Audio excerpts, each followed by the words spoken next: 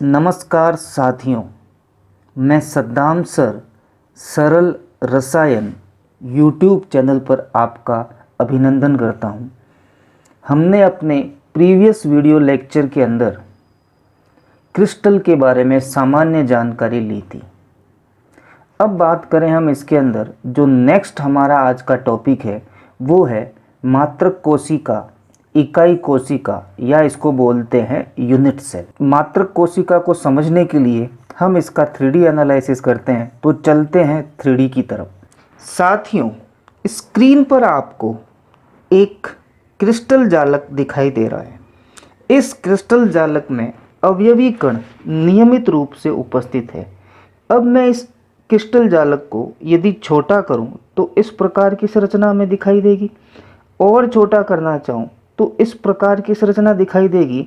और अब हम क्या करें, इसका अंतिम स्वरूप ले लें तो अंतिम स्वरूप में ये इस प्रकार से आपको दिखाई देगा। तो यहाँ पर इस इकाई की पुनरावृत्ति से पूरा क्रिस्टल बनता है और इसी इकाई को कहते हैं मात्रक कोशिका या इकाई कोशिका या यूनिट सेल।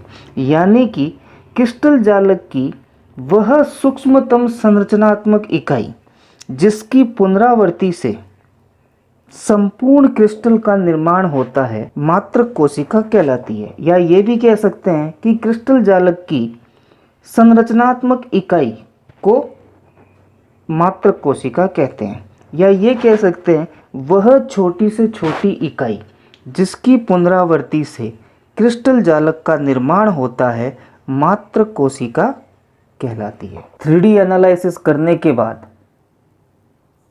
आपको क्लियर हो गया होगा कि मात्रक कोशिका जो होती है वह छोटी से छोटी इकाई जिसकी पुनरावृत्ति से क्रिस्टल जालक का निर्माण होता है मात्रक कोशिका या इकाई कोशिका कहलाती है। अब इसकी दूसरी परिभाषा जो है वो ये है कि क्रिस्टल जालक की सूक्ष्मतम संरचनात्मक इकाई को मात्रक कोशिका कहते हैं। और इसका जो डायग्राम होगा वो कुछ इस तरीके से होगा। अब नेक्स्ट बात करें हम तो नेक्स्ट टॉपिक जो हमारा है वो है मात्रक कोशिका के प्रकार। मुख्य रूप से मात्रक कोशिका दो प्रकार की होती है। प्रथम जो है आद्य या सरल घनीय मात्रक कोशिका। इसको समझने के लिए हम चलते हैं 3D की तरफ। साथियों, आपके सामने एक संरचना प्रदर्शित की गई है जो कि घनीय संरचना है। इस घनीय संरचना के प्रत्येक कोने पर एक एक परमाणु उपस्थित है। आपको क्लियरली दिख रहा है 8 कोने हैं और 8 कोनों पर 8 परमाणु उपस्थित हैं। तो ऐसी संरचना को सरल घनीय मात्रक कोशिका कहते हैं। अब यहाँ पर हमने जो परमाणु हैं घन के कोनों पर व्यवस्थित किए हैं, तो इस कारण से इस संरचना में दो परमाणुओं के बीच में दूरी बहुत ज़्यादा दिख रही है। लेकिन वास्तव में देखा जाए तो इनकी संरचना जो होती है इस प्रकार से नहीं होती है। तो इसकी वास्तविक संरचना प्रदर्शित करने के लिए मैं क्या करता हूँ, देखिए आप इसके अंदर आपको क्लियर इसमें दिख रहा है ये जो परमाणु हैं एक दूसरे के संपर्क में होते हैं और इन परमाणुओं के केंद्र को रेखा खींचकर मिलाया जाए तो एक सरल घनीय संरचना बनेगी।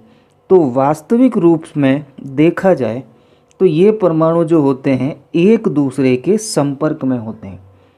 तो ये किस प्रकार से दिख रहा है हमें कि हमने एक टेबल पर 4 बॉलें रखी और उस बॉलों के ऊपर 4 और बॉलें रख दी।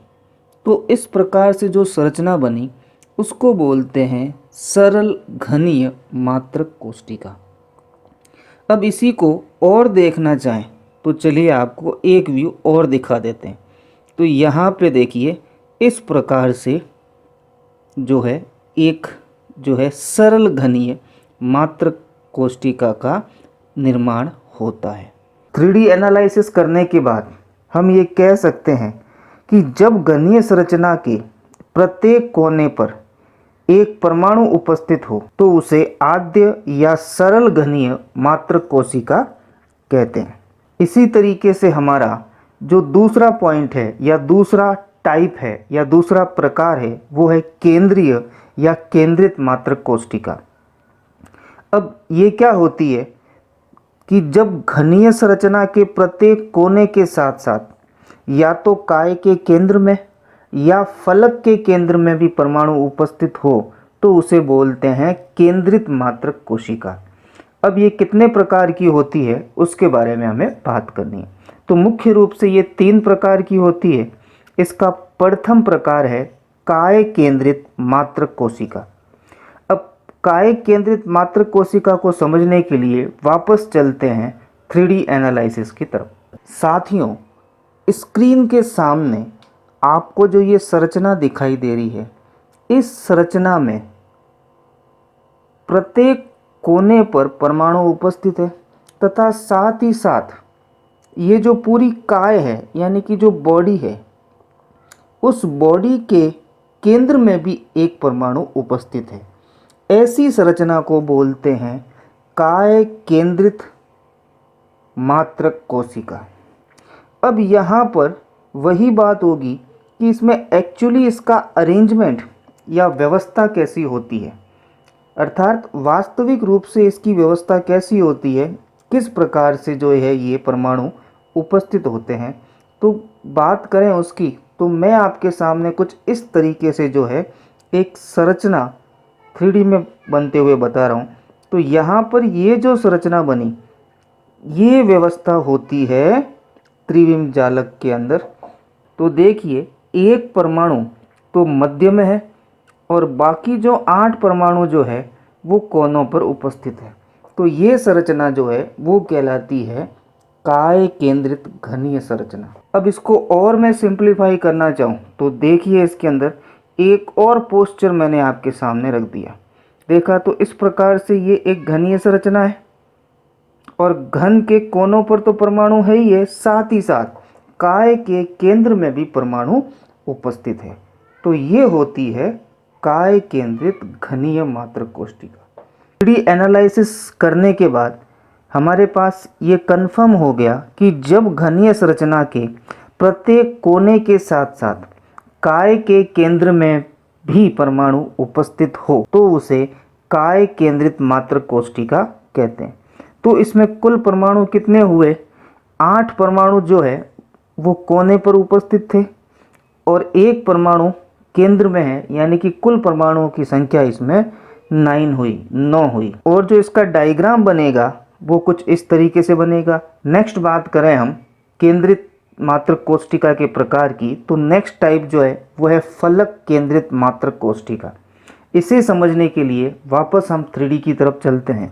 साथियों, स्क्रीन पर आपको जो संरचना दिखाई दे रही है, इस संरचना में प्रत्येक फलक के केंद्र पर एक एक परमाणु उपस्थित है और साथ ही साथ कोनों पर तो परमाणु उपस्थित है ही है। यहाँ पर कुल परमाणु आपको कितने दिख रहे हैं? 8 तो है, 8 तो है कोनों पर और 6 फलक होते हैं और 6 फलकों पर 6 परमाणु, तो 8 + 6 टोटल हो गए 14 परमाणु।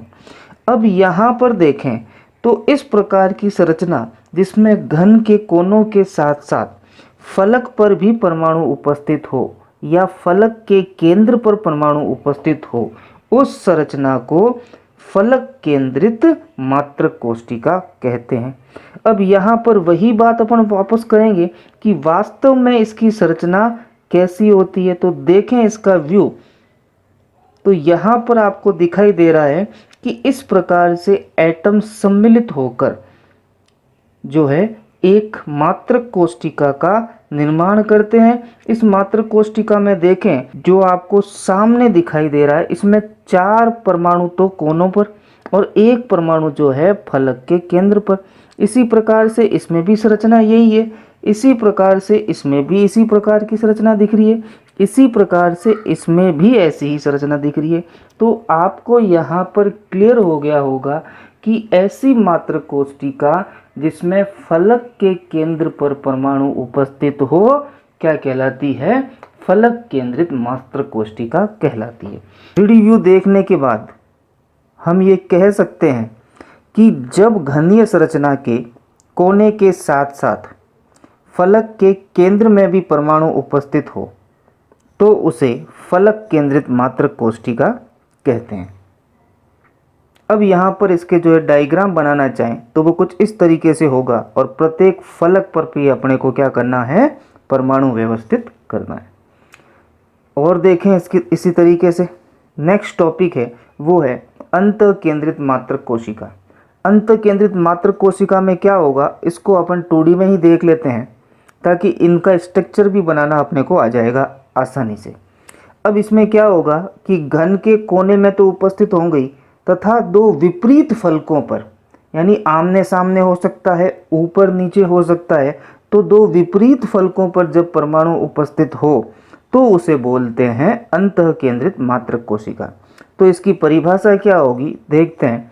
जब घनीय संरचना के कोने के साथ साथ दो विपरीत फलकों के केंद्र में भी परमाणु उपस्थित हो तो उसे फलक केंद्रित मात्र कोशिका कहते हैं।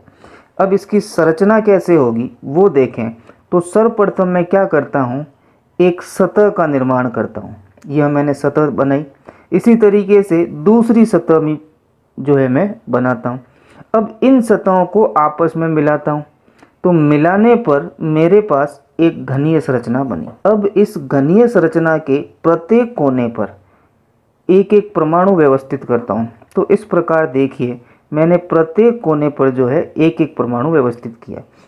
इस घनीय संरचना में एक परमाणु नीचे की तरफ और एक परमाणु ऊपरी फलक पर व्यवस्थित करता हूँ तो ये हमारा अंत केंद्रित मात्र कोशिका का निर्माण होता है। ये था हमारा आज का टॉपिक मात्र कोशिका एवं उसके प्रकार।